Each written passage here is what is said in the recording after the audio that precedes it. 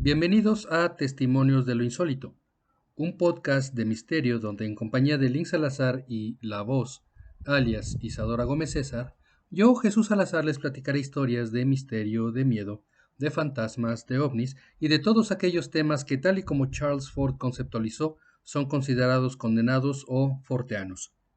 Condenados porque por su extrema extrañeza se prefiere ignorar antes de tratar de entender su naturaleza para encontrar una explicación racional.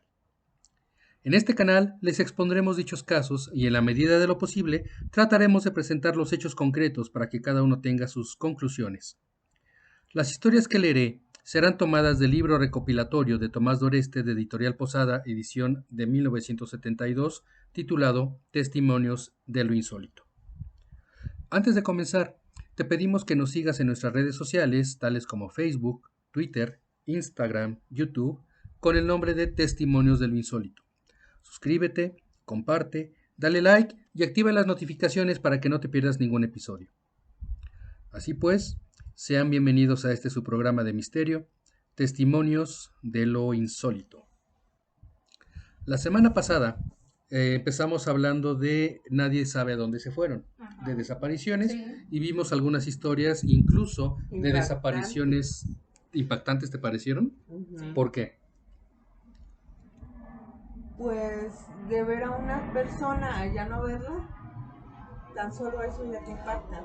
O incluso Desapareció de la nada. ver a un grupo de personas como los ejércitos que estuvimos platicando, que un minuto están ahí y al siguiente ya no los ves y nadie sabe a dónde se fueron.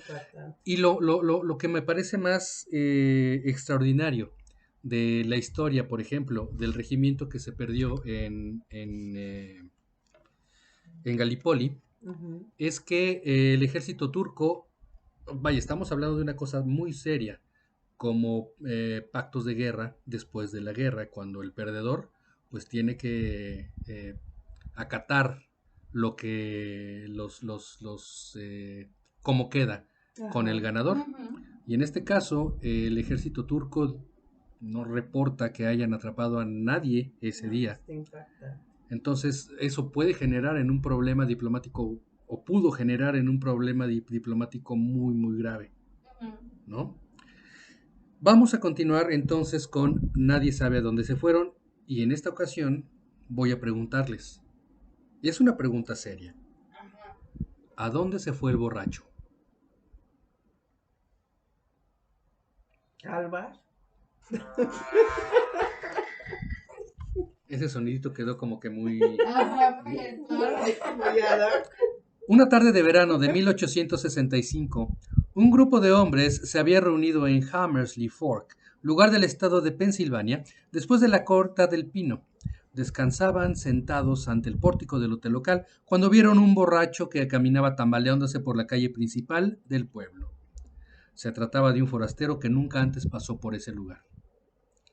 Lo que más sorprendió a la concurrencia fue el hecho de que el individuo parecía querer zafarse de alguien y lanzaba gritos amenazadores contra un ser invisible que lo estaba sin duda molestando. Esta circunstancia asombró a los presentes, que decidieron seguir al hombre. Escucharon su voz cada vez más débil y de pronto se apagó. Fueron detrás de sus huellas sobre el terreno blando hasta llegar a un banco arenoso, más allá del cual corría un arroyo, y a partir de ese instante las pisadas dejaron de verse. Buscaron al forastero, pero en vano. Parecía haberse esfumado en el aire. ¿A dónde fue el borracho al que perseguía un ser supuestamente invisible? ¿Fue toda una alucinación sufrida por quienes observaron el extraño incidente? ¿Qué pasó aquí? Qué raro. La voz se quedó impactada. Ajá. Sí, yo también. Ok, ¿ninguna idea acerca del pobre borracho que venía molestando? Pobrecito. Imagínate. Podríamos pensar que eran efectos de algún tipo de delirium tremens, esa condición que tienen las personas que toman muchísimo por mucho tiempo. Ajá. Pero el problema aquí no es el delirium tremens per se, sino la desaparición misteriosa de ¿Cómo una es persona. eso, así, de la nada? Y además es que era una persona que nunca habían visto en el lugar, no lo conocían. Ujú. Pudo ser, tal vez, que a esta persona, a este borrachito, lo secuestraron, lo abdujeron de algún lugar donde se desapareció enfrente de la gente y por alguna razón se les escapó o lo dejaron bajar o lo dejaron ahí en ese lugar y se dieron cuenta de su error los que lo abdujeron y lo estaban tratando de agarrar otra vez y de abducirlo otra vez para volvérselo a llevar. A lo mejor.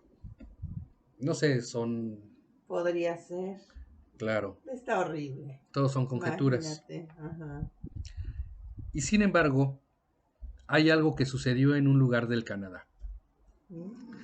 Ya conocen la historia de aquel poblado esquimal cuyos habitantes se esfumaron un día y no se ha vuelto a saber de ellos. Todo comenzó una mañana de noviembre de 1930, cuando el frío polar principiaba a inundar el norte de Canadá.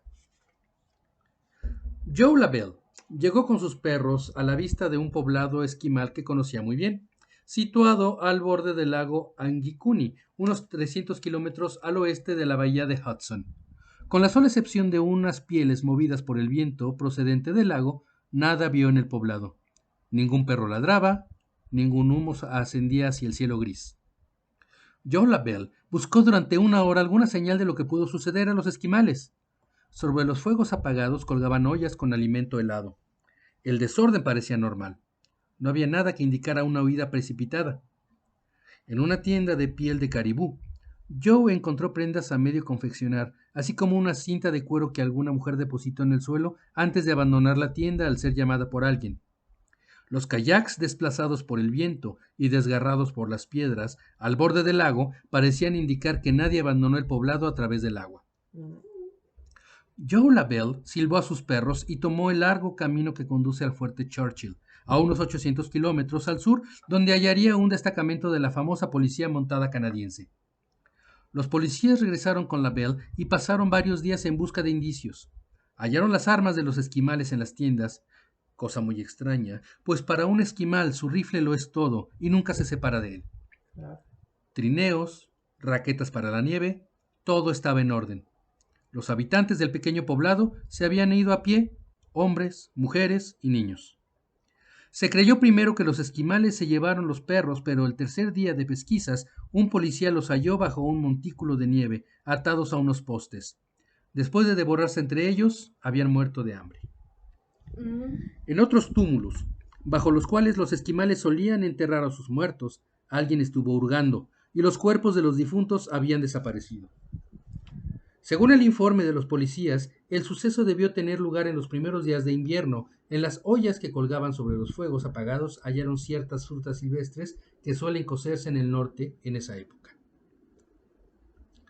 ¿Por qué razón los 50 miembros del poblado salieron una mañana de sus tiendas y abandonaron el poblado sin llevar con ellos ropa de abrigo, alimentos y armas, lo cual equivalía a un suicidio en masa? ¿Por qué desenterraron a sus muertos? Y si ellos lo hicieron, ¿quién fue el responsable? Es bien conocida la reputación de la policía montada del Canadá. Interrogaron a todos los esquimales de la región, pusieron sobre aviso a los tramperos y enviaron hombres a lo largo de miles de kilómetros de nieve y hielo. Incluso, algunos hombres ranas se sumergieron en las heladas aguas del lago Angikuni, a pesar de que los kayaks eran suficiente prueba de que los esquimales no pudieron tomar ese camino. Todavía no ha sido hallada la solución a este enigma y el caso sigue abierto. Aún sigue abierto. Bueno, aún en el momento de la edición de este libro. ¿Han ustedes escuchado alguna historia similar? ¿No? Existe una historia similar en Estados Unidos, en un poblado que se llamó Roanoke. También desapareció toda la aldea. Esto fue todavía antes de la guerra de independencia de Estados Unidos. Fue cuando todavía había colonias. El poblado de Roanoke. ¿Completo? Completo, sí, todo, completo. Desapariciones extrañas. Ya les platicaré de él, pero sepan que existe este otro antecedente. Creo que también hubo uno aquí en México. ¿Ah, sí? Ajá, creo. ¿En dónde? No sé. ¿Podrías investigar? Bueno, Sí. la próxima vez nos cuentes. Sí. Bien. Un avión perdido en el desierto. El 24 de julio de 1924, cuando ingleses y árabes sostenían una fuerte lucha en el cercano oriente, el cuartel general británico envió en un vuelo de reconocimiento al teniente piloto W. T. Day y a su copiloto D. R. Stewart sobre el desierto de Mesopotamia. Como el avión no se reportaba, el alto mando comenzó a pensar en un accidente y ordenó iniciar la búsqueda del aparato. Este fue hallado en el desierto en perfecto estado, con suficiente gasolina para regresar hasta su base. Se comprobó que ninguna tormenta pudo obligar a los tripulantes a aterrizar en ese lugar. Pero eso no fue lo más misterioso. En torno al avión hallaron huellas de los dos aviadores. Las siguieron durante unos 40 metros y de pronto dejaron de verlas. Se dijo que habían sido capturados por los beduinos y que estos borraron las huellas, pero resulta obvio suponer que las huellas en el desierto no se borran sin dejar otras. ¿Quién se apodera entonces de los dos ingleses? No puede concebirse que dos pilotos obligados a descender dejen de defenderse, y el caso es que no se hallaron cartuchos vacíos de sus armas, restos lógicos en caso de que hubiesen hecho uso de ellas. ¿Acaso alguien detuvo el motor del avión y depositó a sus dos ocupantes en el suelo arenoso?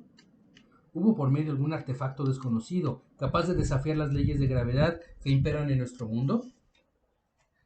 Han pasado casi 50 años desde que los oficiales Day y Stewart desaparecieron y el misterio sigue sin resolverse.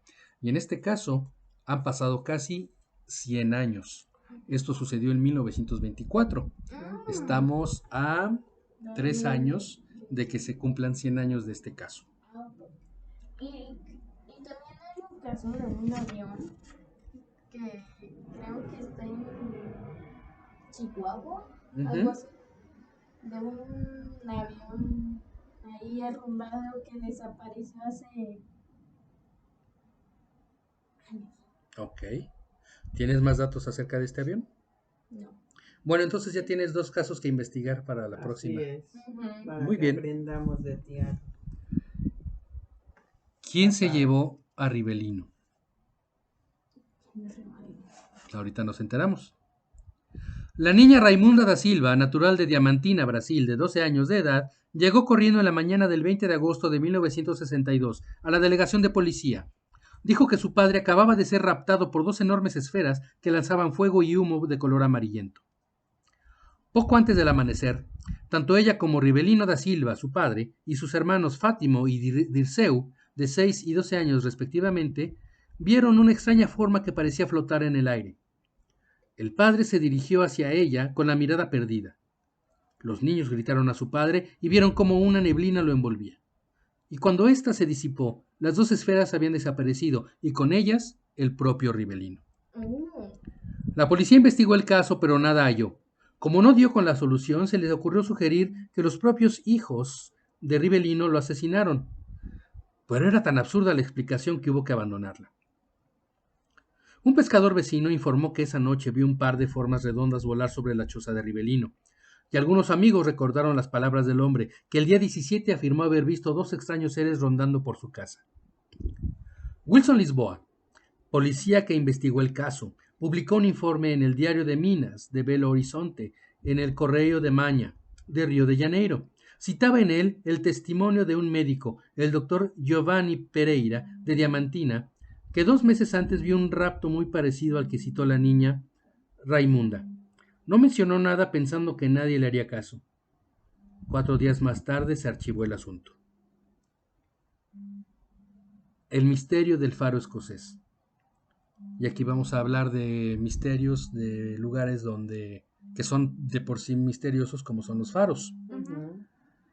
Otra desaparición que jamás logró aclararse fue la sucedida en diciembre de 1900, en el faro de las Islas Flannan, cerca de las costas de Escocia. El 26 de ese mes, el barco Hesperus conducía a Joseph Moore, guardián del faro, que regresaba a su trabajo. Ahorita que me acuerdo, este es un caso bastante conocido en el mundo marítimo y en el mundo de los faros. Este caso de las Islas Flannan es muy conocido. Estando ya cerca del faro, hizo una señal en el mástil del barco, según era costumbre. Le llamó la atención ver que no llegaba ninguna respuesta desde el faro, donde se suponía que había 3 hombres, James Ducat, Thomas Marshall y Donald MacArthur. Los del barco decidieron enviar un bote a investigar con Moore a bordo. Descubrieron con gran asombro que la isla estaba desierta, el fuego apagado, el reloj se había detenido y el faro no funcionaba. Los 3 hombres se habían esfumado. Uno de los muelles mostraba serios daños, como si lo hubieran barrido las olas de una violenta tempestad. La última anotación escrita en el diario del faro databa del 15 de diciembre y nada decía sobre la tormenta.